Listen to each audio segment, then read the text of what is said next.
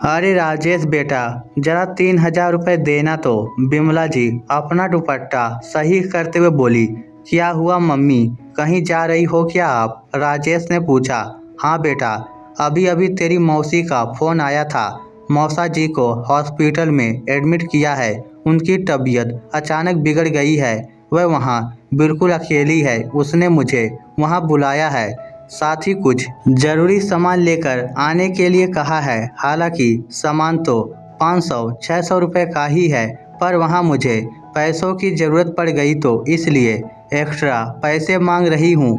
ला जल्दी से पैसे दे दे ताकि मैं यहाँ से निकलूँ, फिर सामान भी तो खरीदना है। बिमला जी एक ही सांस में सब कुछ बोल गई। उनकी बात सुनकर राजेश ने अपनी पत्नी संगीता की तरफ देखा। संगीता उसे घूर रही थी और उसने इशारे से उसे पैसे देने के लिए साफ मना कर दिया। तभी बिमला जी ने कहा, राजेश सोच क्या रहा है, जल्दी कर, वहाँ मौसी अकेली है, वह परेशान हो रही होगी। यह सुनकर राजेश थोड़ा हकलाते हुए बोला, मम्मी, ओ मम्मी, वह मेरे पास अभी पैसे नहीं है। उसकी बात सुनकर बिमला जी हैरान होते हुए बोली, पैसे नहीं हैं क्या मतलब? अभी कल ही तो तू एटीएम से 20,000 रुपये निकाल कर लाया था। फिर मैंने अपनी पेंशन के पैसे भी तो तुझे कल जमा कराने के लिए दिए थे, जो मैं बैंक से लेकर आई थी जरूरी काम के लिए, जिसे तू बैंक में जमा कराना भूल गया था। वह पैसे तो होंगे ना तेरे पास? इससे पहले कि राजेश कुछ कहता, उसकी पत्नी संगीता बोली, मम्मी जी, वह 20,000 रुपये तो हम घर के राशन, बिजली के बिल और खर्चों के लिए लेकर आए थे। उसमें से आधे से ज़्यादा पैसों का हिसाब तो कल ही हो गया। हाँ, लेकिन पेंशन के पैसे भी तो होंगे ना? बिमला जी ने कहा तो संगीता बोली, देखिए मम्मी जी, आपके खर्चे भी तो हमें ही उठाने पड़ते हैं, तो भला उन पेंशन के पैसों पर आपका क्या हक? ये सुनकर बिमला जी हैरान रह गई।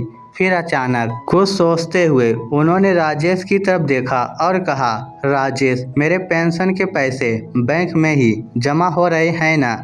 या फिर? अब राजेश से कोई जवाब देते नहीं बना।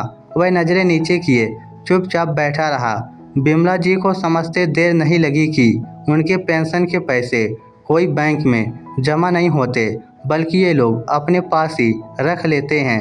तभी उनके बैंक की पासबुक तक उन्होंने अपने पास रखी है। उसे यूं चुप देखकर बिमला जी को और गुस्सा आ गया और वह राजेश पर चिल्लाते हुए बोली, राजेश, तुझसे पूछ रही हूँ मैं, जवाब क्यों नहीं दे रहा है? पैसे बैंक में जमा होते हैं या खुद खर्च कर देते हो? जब बिमला जी ने डांट कर पूछा तब राजेश ने कहा, मम्मी, आपका खर्चा भी तो मैं ही उठाता हूँ, तो आपके पेंशन के पैसों पर भी तो मेरा ही हक हुआ ना? और फिर पैसे घर खर्च में ही तो काम आ रहे हैं। क्या करोगी बैंक में पैसा जमा करके? वैसे भी तो आपकी उम्र हो गई है। क्या माँ होने के नाते तेरी कमाई पर मेरा कोई हक नहीं है? जो मेरे खर्चे भी तू मेरे पेंशन के पैसों से ले रहा है, वह भी तब जब तेरी कमाई अच्छी है। फिर भी तेरी नज़र पेंशन के कुछ हजार रुपए पर ही गई। बोलते बोलते बिमला जी की आंखों में आंसू आ गए। मम्मी जी, अब आप रोना धोना छोड़िए, हमें इमोशनल ब्लैकमेल करने की ज़रूरत नहीं है। वैसे भी इनकी कमाई पर इनके परिवार का हक है, आपका नहीं। अब आप हमारे साथ रहती हैं तो बदले में अगर कुछ पैसे रख लिए तो गलत क्या है? संगीता बिमला जी से बोली और उसके बाद राजेश की तरफ पलटकर बोली, अब आप बैठे बैठे देख क्या रहे हो? आपको कुछ काम नहीं है क्या? चलिए तैयार हो जाइए, मेरे मायके भी तो चलना है फिर। आखिर बिमला जी को वहीं बैठा छोड़कर थोड़ी देर बाद दोनों घर से रवाना हो गए। बिमला जी की आंखों में आंसू आ गए। कितना विश्वास करती थी वह अपने बेटे बहू पर, और वह दोनों उनकी पीठ पर छुरा घोंप रहे थे। उनके लिए यकीन कर पाना मुश्किल हो रहा था। बिमला जी के पति सरकारी मुलाजिम थे। राजेश जब अपनी पढ़ाई पूरी कर नौकरी के तलाश में ही था, उसी समय एक हादसे में उनके पति की मृत्यु हो गई।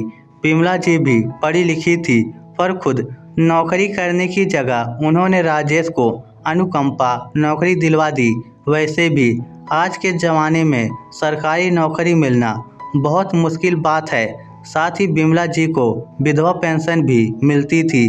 घर के सारे खर्चों का बोझ राजेश ने अपने कंधों पर ले रखा था, जबकि बिमला जी की पेंशन के पैसे बैंक में आते थे और वह वहीं जमा हो जाते थे। राजेश की शिक्षा अच्छी थी और वह मेहनती भी था। ये देखकर उसके लिए रिश्ते आने लगे थे। अभी 10 महीने पहले ही संगीता के साथ उसकी शादी हुई थी। उनकी शादी के 4 महीने बाद ही राजेश ने बिमला जी की बैंक की पासबुक अपने पास ही रख ली, ये कहकर कि बार बार पासबुक उनसे लेनी पड़ती है बैंक में पैसे चेक करने के लिए। पर बिमला जी ने कभी भी पासबुक नहीं मांगी।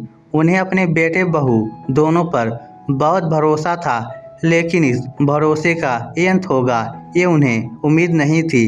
खैर तभी उनके मोबाइल की रिंग बजी।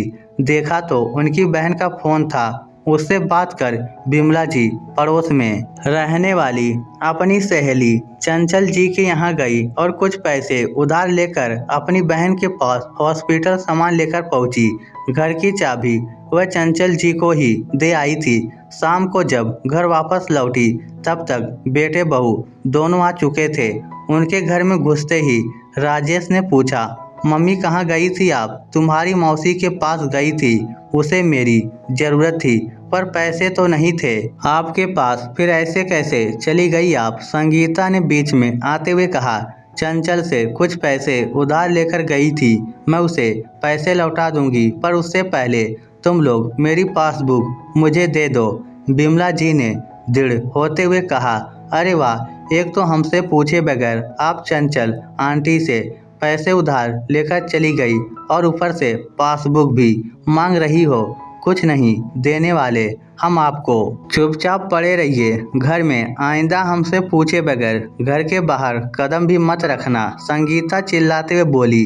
ये सुनकर बिमला जी ने राजेश की तरफ देखा, लेकिन राजेश ने चुप रहकर इसमें अपनी सहमति जाहिर कर दी। आखिर बिमला जी ने निर्णय ले लिया कि अब उन्हें अपने लिए बोलना ही पड़ेगा। बहू, तुम मेरी बहू हो, सास बनने की कोशिश मत करो। तुम कौन होती हो ये निर्णय लेने वाली कि मुझे क्या करना है और क्या नहीं? मैं अपनी पासबुक ही तो मांग रही हूँ, कुछ और तो नहीं।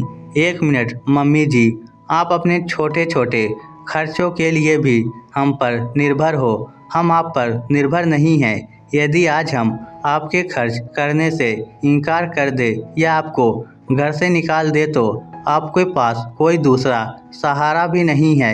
इसलिए जरा सोच समझकर कदम उठाइए, हमें मजबूर मत कीजिए, संगीता चिढ़ते हुए बोली। उसकी बात सुनकर बिमला जी मुस्कुराते हुए बोली, बेटा ऐसी गलती मत करना, पढ़ी लिखी तो मैं भी हूँ। माना कि विश्वास ही विश्वास में मैंने पासबुक वगैरह तुम लोगों को रखने को दे दी, पर कानून अच्छे से जानती हूँ, ये घर मेरा है, इसलिए यहाँ से तुम लोग मुझे नहीं निकाल सकते, बल्कि मैं तुम्हें यहाँ से निकाल सकती हूँ। यह सुनकर संगीता कुछ बोलने को हुई तो बिमला जी अपना हाथ दिखाते हुए उसे चुप रहने का इशारा करते हुए उससे बोली, और रही बात मेरे खर्चों की, तो भारतीय कानून के हिसाब से अनुकंपा पर नौकरी लेने वाले बेटियों को अपनी मां का भरण पोषण उसके जीवन काल तक करना होता है।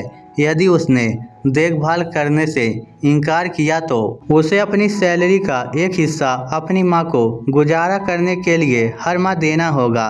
बेटा अपने इस दायित्व से मुंह मोड़ता है तो विभाग की ओर से सेवा से बर्खास्त करने की कार्रवाई की जा सकती है। अब ये तुम दोनों पर निर्भर करता है कि तुम लोग क्या चाहते हो। ये सुनकर संगीता चुप हो गई और राजेश की तरफ देखने लगी।